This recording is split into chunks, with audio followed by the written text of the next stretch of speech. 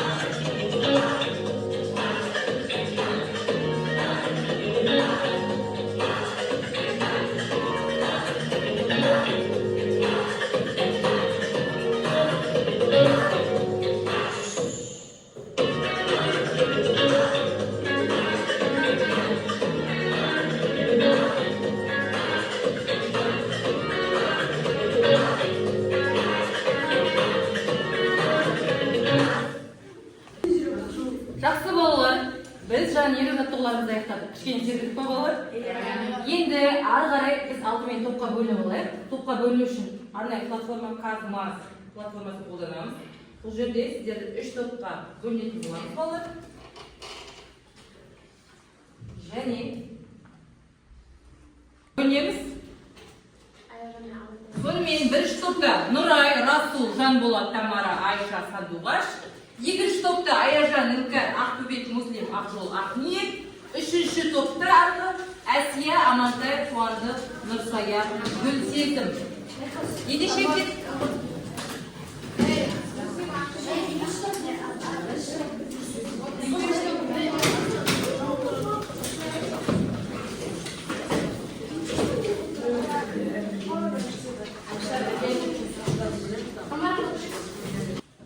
Ендеше балалар топқа бөліндік. Енді біз үйге берген тапсырманы алдымен шолу жасап жіберейік. Есімізге түсіріп, иә. Алдымен бұл үйге берген тапсырма бір қадам алға арқылы жүзеге асады. Алдымен бірінші топ орындарыңыздан тұрып, интербелгілі тақтада көрсетілген сұраққа жауап береміз. Және сол сұраққа жауап беру арқылы сіздер мына қалаған жемістеріңіздің бірін таңдап ала аласыздар. Ендеше назар аударамыз тақтаға. Бірінші сұрақ кеттік. Балаға ас қорыту жолы ауруларының қандай түрлері бар? Сонымен түсіндік пе сұрақ бар? Ас қорыту жолдарының қандай ауруларын білесіңдер? Ботулизм. Дұрыс. Яғни бірінші топ дұрыс жауап берді. Және өздеріңіздің қалар жемістеріңізді алсаңыздар болады. Тез екен аламыз. Барлығын бір жеміс алу керексіздер.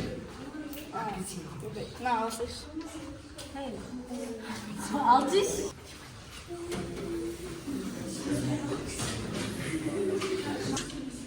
Балалар, ендеше екінші топқа берілетін сұрақты мұқият тыңдаймыз. Орындарыңыздан тұрыңыздар. Екінші топ сұраққа жауап береміз. Және қалаған жемістеріңізді алсаңыздар болады. Бірінші сұраққа дұрыс жауап беру керек.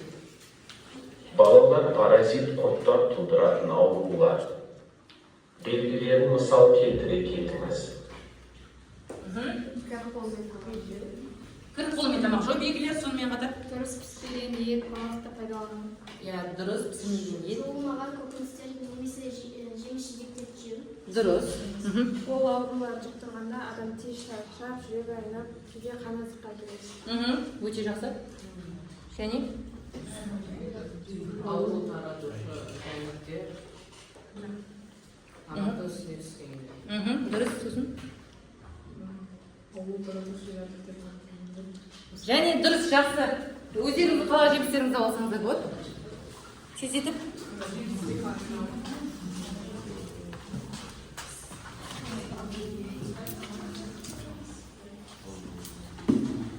Жақсы, рахмет балалар.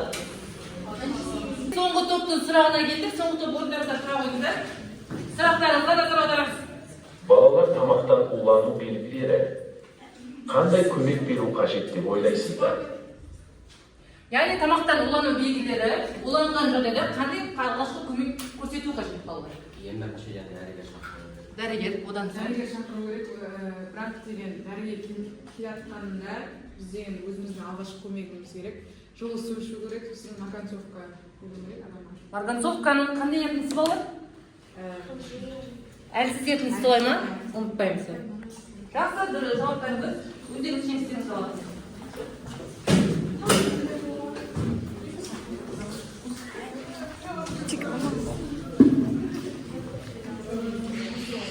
Жақсы балалар, ендеше сіздердің қолдарыңызда қандай жеміс бар?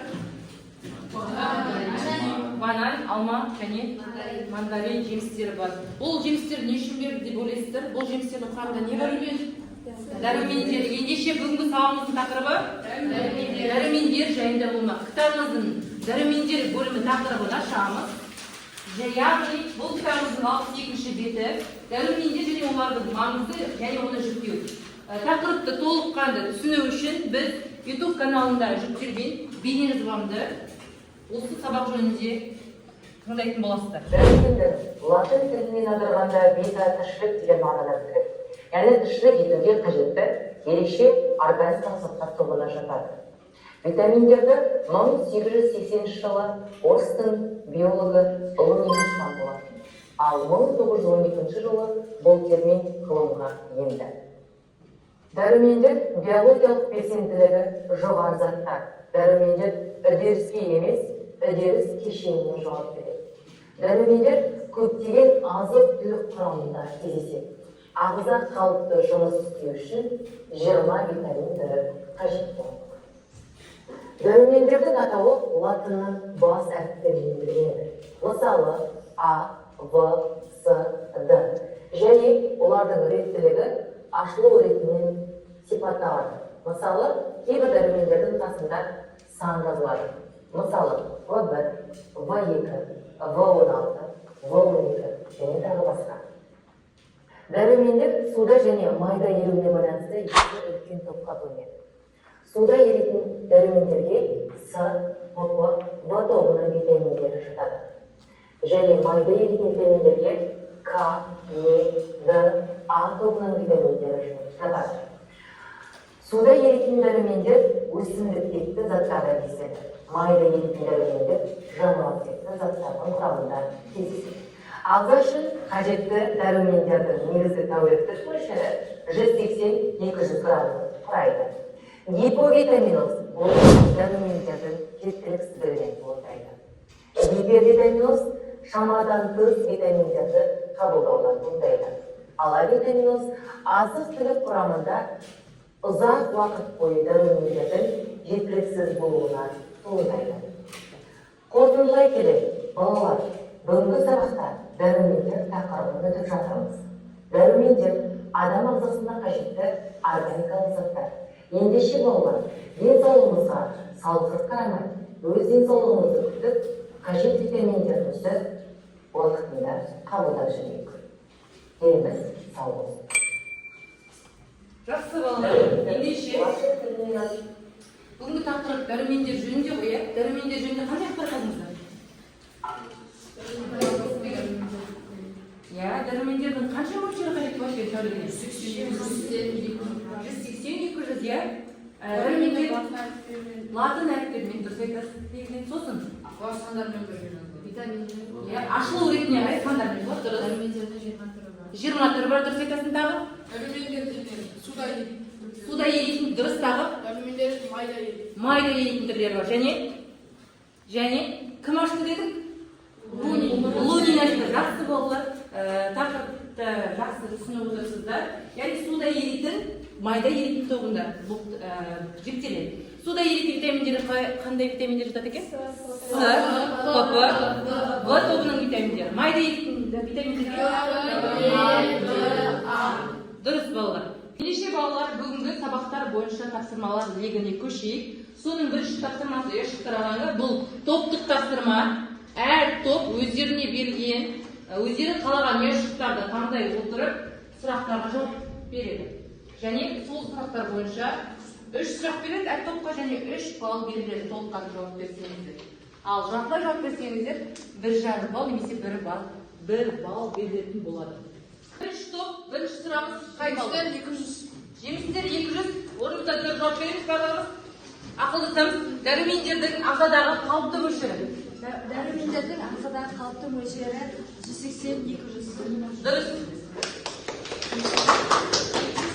Келесі сұрақ. Келесі сұрақты. Екінші топ таңдайды. Сіздерге берілетін көкөніс. Көкөніс 100. Көкөніс 100. Вита сөзі қандай мағынаны білдіреді? Вита сөзі қандай мағынаны білдіреді екен? Тіршілік. Дұрыс айтасыздар. Тіршілік деген мағынаны білдіреді.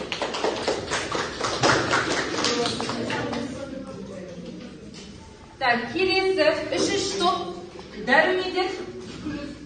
Дәрумендер 200. Суда еритін дәрумендерді атаңыздар. С, С, ПП және В тобының витаминдері. Дұрыс. 100 ұпайдың тапсырмасы дәрумендер табиғаты жағынан қандай заттарға қолданылады? Адам организміне майдан тигізетін органикалық заттар. Дұрыс балл. Так, келесі екінші топ көкөніс 200 ба? Витаминдер ерікштігіне қарай қанша топқа бөлінеді? Ерікштігіне қарай.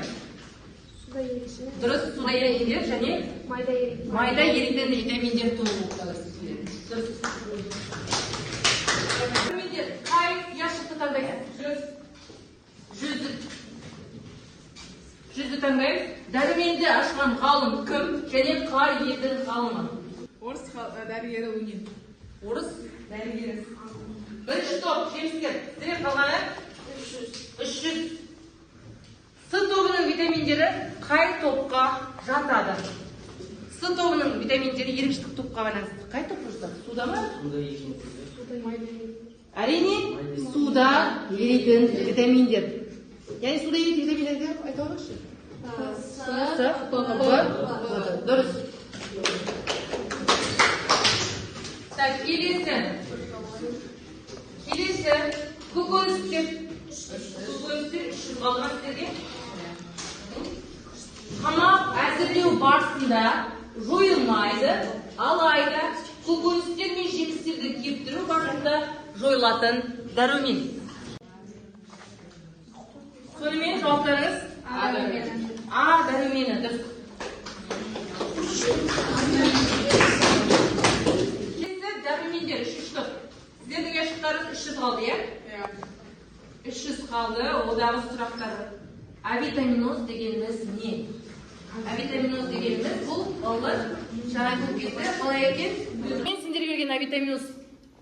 Адамның ағзасында көп уақыт бойы витамин жетіспейтіндіктен қолдайтын ауыл. Яғни бір жағынан дұрыс, яғни тағам құрамында күнделікті біз пайдаланып жатқан тағам құрамында ұзақ уақыт бойы витамин жетіспесе, оны біз авитаминозға шалдығамыз, солай ма?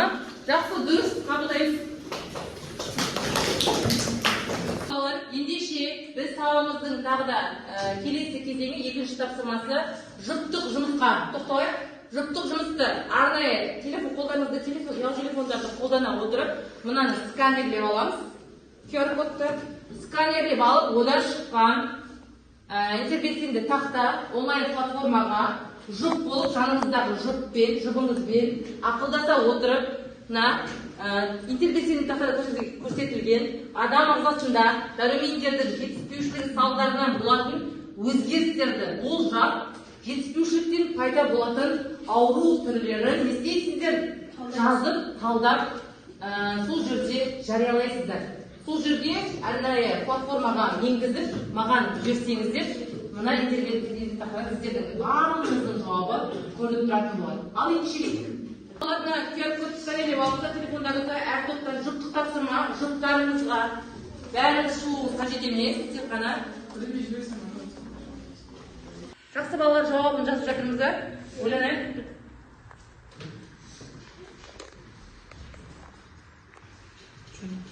Сіздердің жауаптарыңыз тақтадан көрініп тұрады.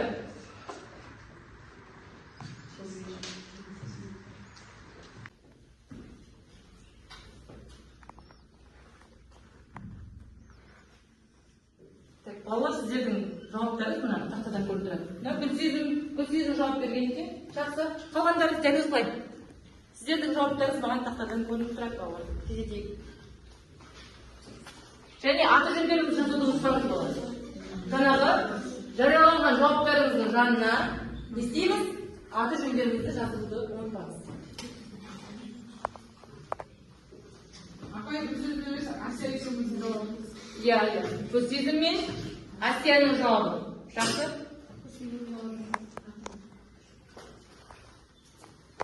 Аты жөндеріңізді қасына жазасыздар, иә?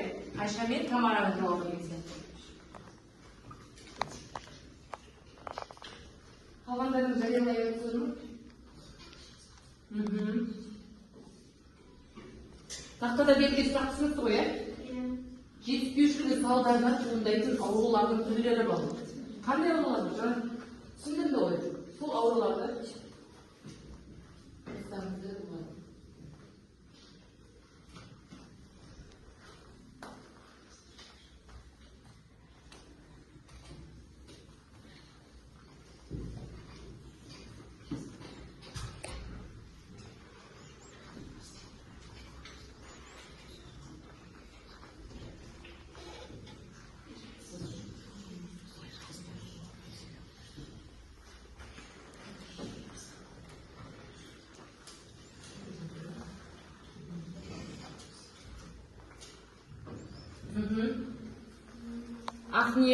Ақниет шыбыңмен жасадың ба? Қуандықты мен Амантаймен. Ақниет Аяжармен. Дәрімен жетіспеушілік ағзадағы таласуды бұзады. Жақсы балалар, ендеше жауаптары дайын. Көз сезіммен кім? Көз сезіммен кім? Әсия, жауаптарыңыз тез нақтылап жүріңізші. Қалай жауап бердіңіздер? Бұл сөз адамның денсаулығының дәрумендердің әсерімен түсіндіруге арналған, яғни адам ағзасында дәрумен жетіспесе, қандай өзгеріс болатынын алдын ала болжау және сол жетіспеушіліктен туындайтын ауру түрлерін талдау қажет екенін білдіреді. Жақсы, келесі. Мынау Тамара жауабы, Тамара мен Айшаның жауабы. Екеуіңіз жауап бере алыңыздар. Дәрумен жетіспеушілігі ағзадағы зат алмасуды бұзады, иммунитетті төмендетеді және әртүрлі ауруларға себеп болады. Жақсы, Қуандық пен Амантай келесі. Адам ағзасында дәрумен жетіспесе, адам сағатымен дәрумен жетіспесе,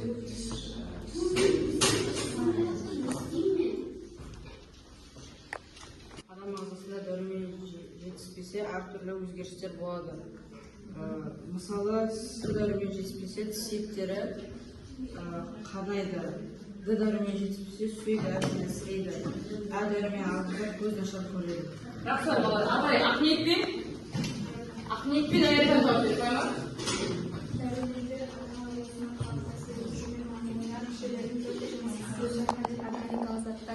Егер дәрумендер жетіспесе, ағза әлсірейді, түрлі аурулар мен өзгерістер пайда болады. Сондықтан адам күнделікті тағам арқылы дәрумендерді жеткілікті мөлшерде қабылдауы керек. Яғни дәрумендер не арқылы келеді екен? Тамақ арқылы, жемшіліктер арқылы, көкөніс дақылдар арқылы, иә? Жақсы. Тағы да келесі. Кім бос жариялады екен? Менің ойымша деп бастап тұрсын мынау. Кім? Муслим мен Ақжол. Менің ойымша қазіргі адамдардың өмір салтымен Д дәрумен жетіспеуі мүмкін. Ол өз жағымен адамның терісінің ағаруына және оңай бұзылуына келтіреді. Ақжол? Дәрумен жетіспеушілік күнді дәрумені жетісу адамның терісіне ағаруына және оңай бұзылуына келтіреді. Жақсы. Жауаптарыңыз жақсы. Келесі. Жанболат пен кім? Жанболат пен Расул. 200 грамм дәрумен адам ағзасында қажет. Қажет, жақсы. Расул, сен айтасың, не айтасың? Бірге сұрады ғой, яғни дәрумен жетіспеушілігін туындайтын аурулар. Қандай аурулар туындауы мүмкін? Яғни иммунитетті не істейді? Төмен иммунитет төмендетеді. Соны толыққан жауап беруге тырысайық, иә? Келесі Ақбөбек пен Іңкәр қызы.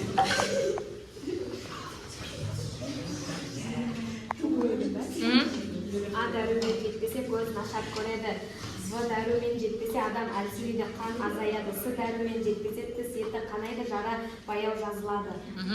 Д дәремен жетпесе сүйек дұрыс өспей меше болады. Сондықтан дәремен бар тағамдар жеу керек. Жеміс, көкөніс, ет, сүт, балық және тағы басқа. Яғни балалар барлығымыздың жауабын бір-бірлеп қысадық па? Сонымен сіздердің жауаптарыңызды барлығы көрініп тұр. Жақсы, жауаптарыңызға көп рахмет. Ендеше келесі тапсырмалар легіне көшейік. Яғни осы тапсырмалар бойынша өздеріңізге балл қойыңыздар. Толық ұпай 3 балл. Яғни манағы сіздердің ұпайларыңызды есептеп, бағалау парақшаңыздағы бағалау парағына толтырыңыздар. Келесі тапсырма бұл жеке тапсырма. Әркім өзі орындайды. Түсінікті ма? Әркім өзі орындайды. Тақтада көрсетілген, яғни бұл тапсырма Learning Apps платформасы арқылы жүзеге асады. Сіздерге сілтеме жібердім. Сол сілтеме бойынша кіре берсеңіздер болады. Сілтемедегі тапсырмаларды бір-бірімен сәйкестендіріп, тапсырманы болдым деп, бірінші орындадым деп орныңызда отырып, қолыңызды көтерсеңіздер болады. Мен жаныңызға барамын. Яғни бұл сәйкестендіреміз. Яғни қолымызбен қажетті бөлігіне апарамыз.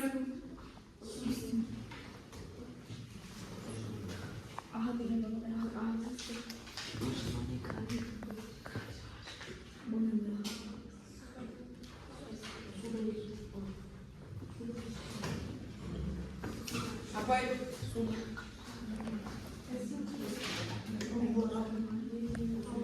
Қолыңызда көтеріп, өздеріңізден бірінші болды. Молодец, жарайсың.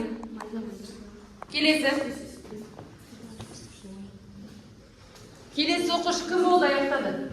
Кім аяқтады? Тездетеміз.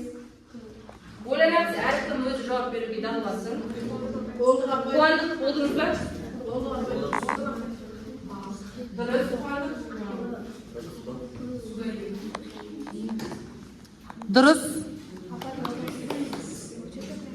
Дұрыс аянбай болды. Дұрыс. Ақниетті. Дұрыс. В тобының витаминдері не жететін балалар? В тобының витаминдері қайсы? Әрине. Суда еритін витаминдер. Келесі күн. Ақжол болды ма? Ақжол. Дұрыс. Өте жақсы болды. Так. Дұрыс.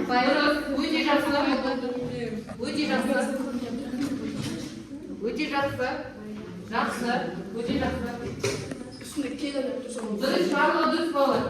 Жақсы түсірімді деген ойдамын, тапсырмаларыңызды орындау деңгейіңізге байланысты тақырып бізге оңай болып қойма. Балалар, бүгінгі тапсырмаларды лиг аяқталды, жұптық, топтық жеке тапсырмаларды аяқтап болдық. Мен сіздерге мана бағалау парақшасын таратқан болатын, солай ма? Бағалау парақшасында жұптарыңызды бағалайсыздар деген болатын. Жұптарыңызды бағаладыңыз ба? Әділ бағаладыңыз ба? Тапсырмалар лигі бойынша бүгінгі соңғы тапсырмада да 3 балл алған, толық балл 3 баллды құрайды. Қойдыңыз ба? Және бағалау парақшасын маған тапсырсаңыздар. Самаранка, Сандуғаш,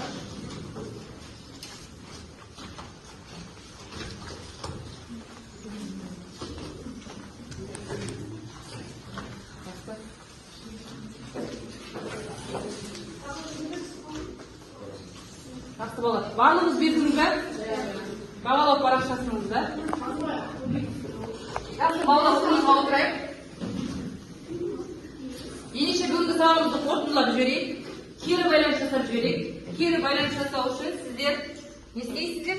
Тақтадағы көрсетілген нұсқа бойынша өздеріңіздің сабақта алғандарыңызды қай бөлікке өзіңізді санайсыздар, барлығы түсінікті болса, біріншісі жасыл түсті, сұрағым бар бөлігі болса, екінші түсінбедім бөлігі болса, үшінші қызыл нені бастаңыздар болады, батырманы бастаңыздар болады. Осы батырмаларды басу арқылы сіздердің сабаққа кері байланыстар шығады.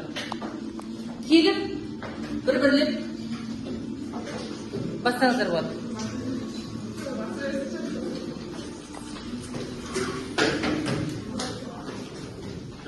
Келесі. Расулға барлығы түсінікті. Айша.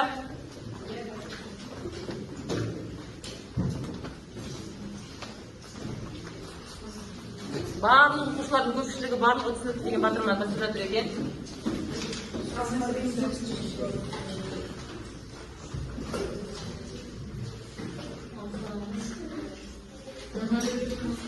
Жақсы балалар, бүгінгі сабаққа белсене атсалысқандарыңызға көптен көп рахмет. Бүгінгі сабақ түсінікті болды деген ойда солай ма балалар?